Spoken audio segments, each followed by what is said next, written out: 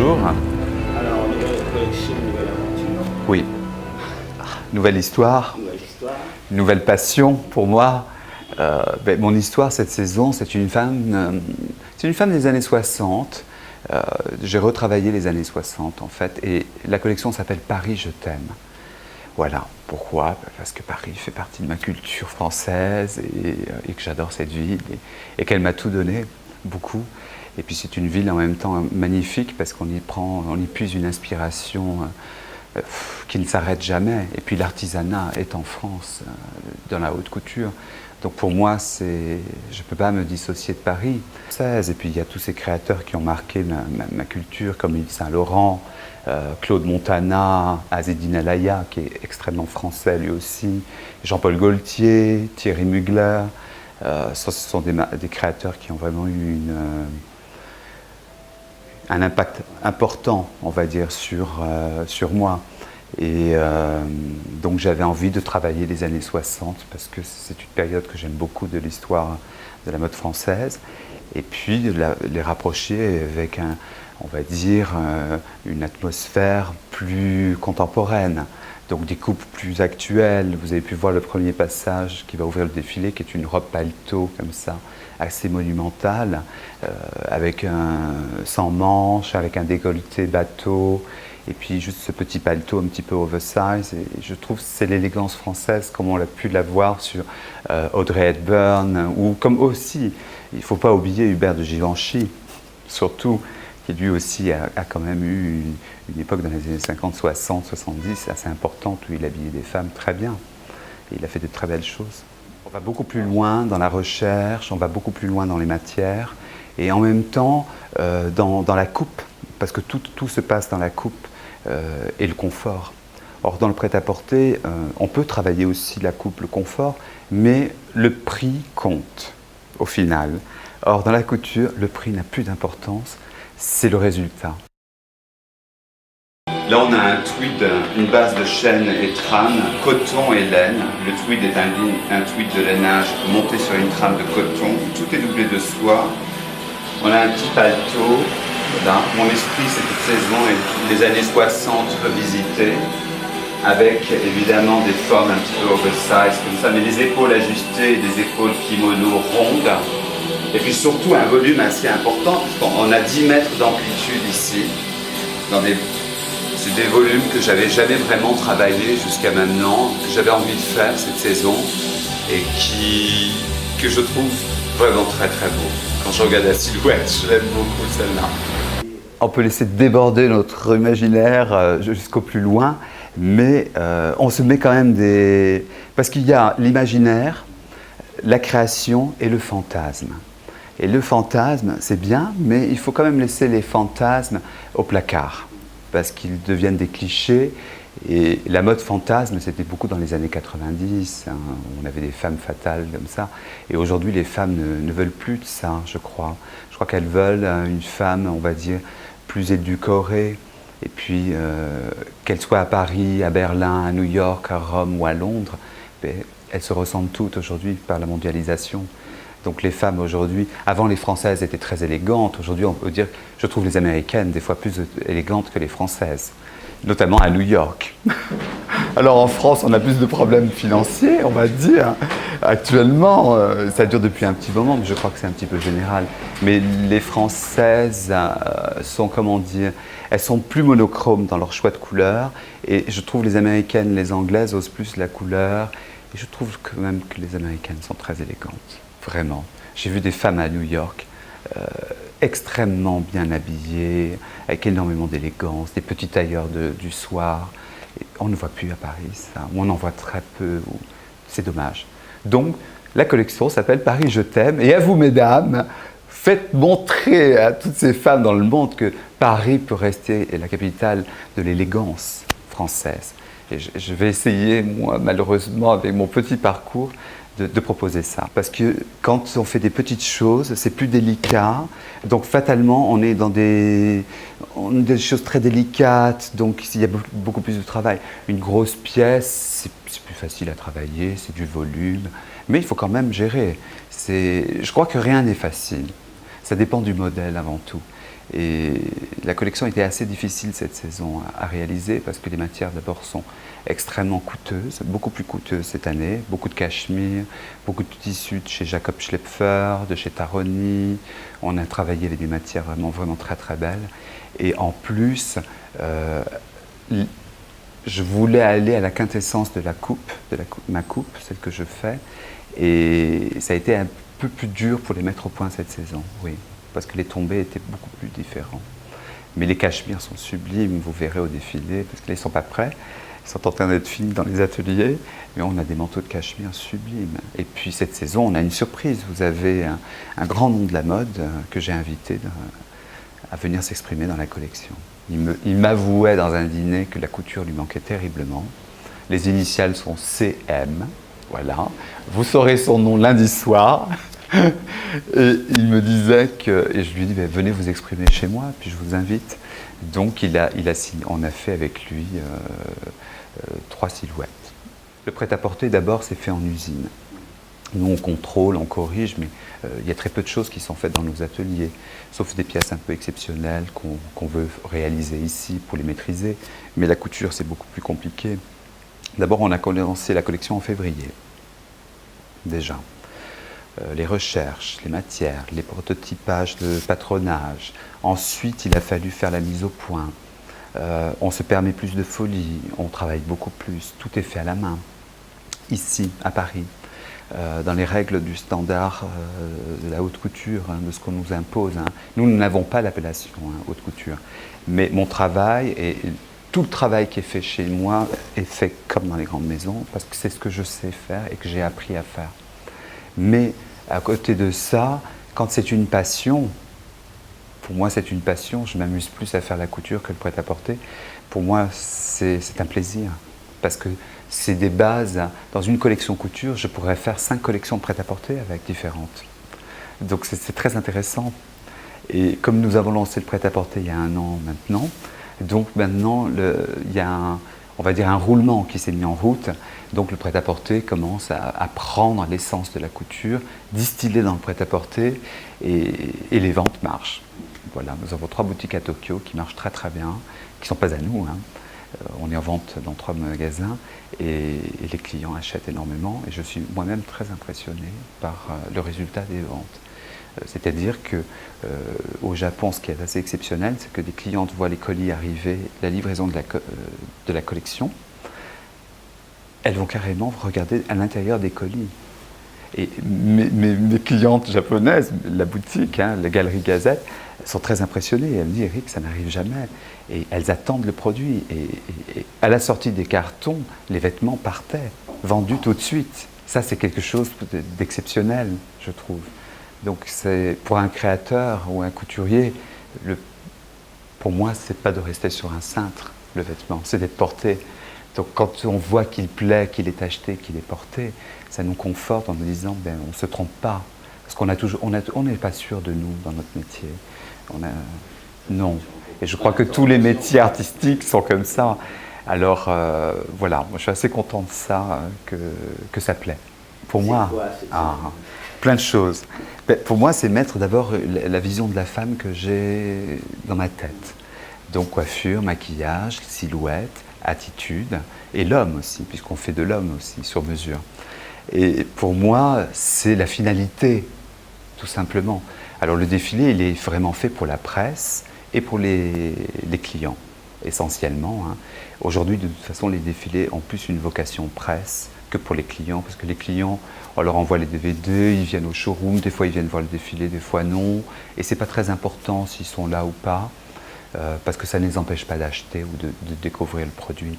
Par contre, la presse a besoin, et il y a aujourd'hui tellement de marques, tellement de maisons, tellement de créateurs, qu'il faut qu'on arrive à se démarquer les uns des autres. Donc après, c'est qu'est-ce que nous apportons de plus par rapport aux autres? Et on ne parlera pas des grandes maisons, parce que ces grandes maisons-là n'ont pas besoin de tout ça. C'est surtout pour les petites maisons et les jeunes créateurs comme moi, hein, qui démarrent, où les défilés sont vraiment très importants pour véhiculer et communiquer sur notre savoir-faire et notre travail.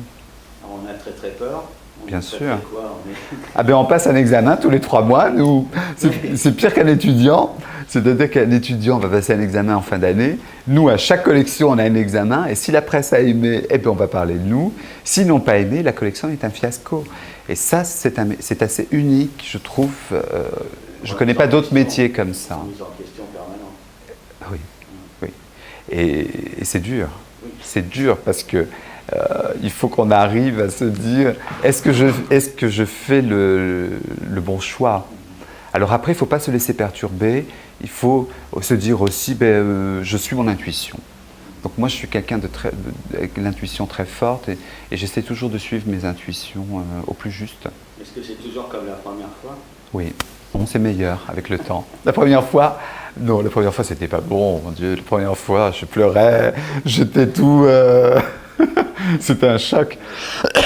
Or, cette fois-ci, maintenant, bon, c'est la 15e collection que je fais, ça fait 8 ans, la maturité est là, et puis, avec le temps, on a plus confiance en soi.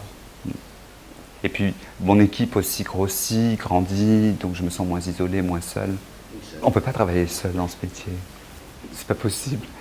Par contre, créer seul, oui, sans problème. Mais travailler seul, on ne peut pas. C'est un travail d'équipe. On peut pas arriver à faire une collection tout seul. Même si je l'ai déjà fait. La première, on était 2. Mais on avait 6 mois pour faire 20 modèles à 2. Donc c'était agréable.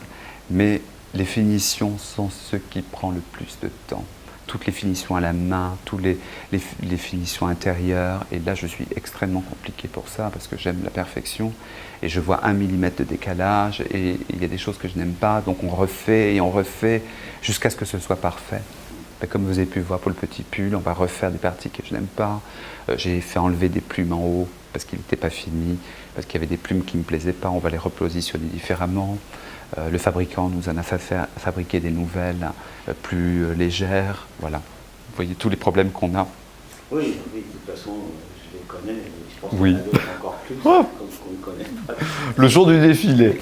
Oui, le genre de défilé, c'est un genre très spécial, de toute façon, Oui. pour tous les créateurs, quoi qu'il arrive. C'est le stress. C'est tous pareils. Et puis, on fait bonne figure quand même, on essaye. De toute façon, en plus, dans l'absolu, on n'a pas le choix. Mais il faut que ça reste un amusement. Bah oui. Voilà.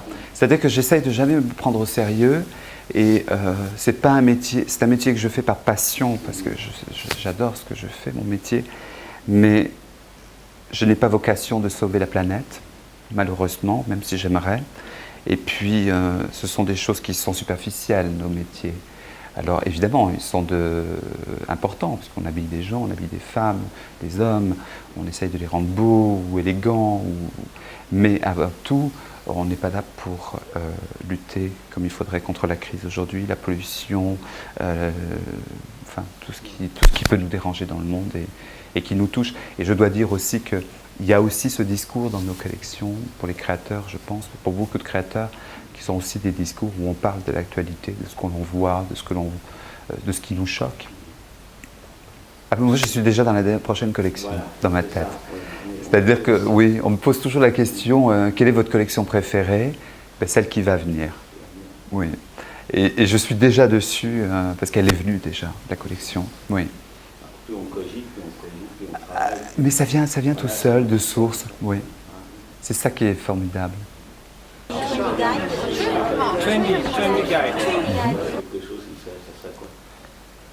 Que l'on ait, que tout le monde vienne, que la collection plaise. Et je souhaite à tout le monde quand même que l'année 2013 se finisse mieux que ce qu'elle a commencé, pour tout le monde. Merci beaucoup, Yann. C'est moi qui vous remercie. Merci.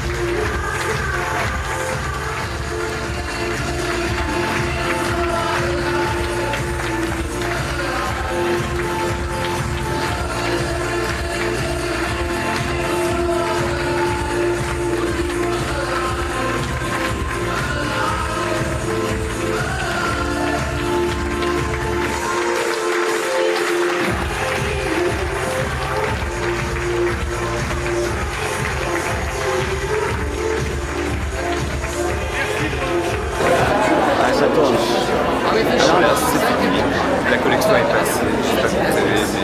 Pour moi, ça a été 4 mois de travail. C'est un accouchement, hein, mais c'est un accouchement serein et je suis content parce que les gens ont aimé. Josiane Balasco a adoré, on m'a fait beaucoup de compliments et les compliments me touchent terriblement et les commandes arrivent déjà, donc quoi demander de plus? Alors je vous invite à revenir la saison prochaine et puis vous me direz ce que vous en pensez. Date de fin? Enfin,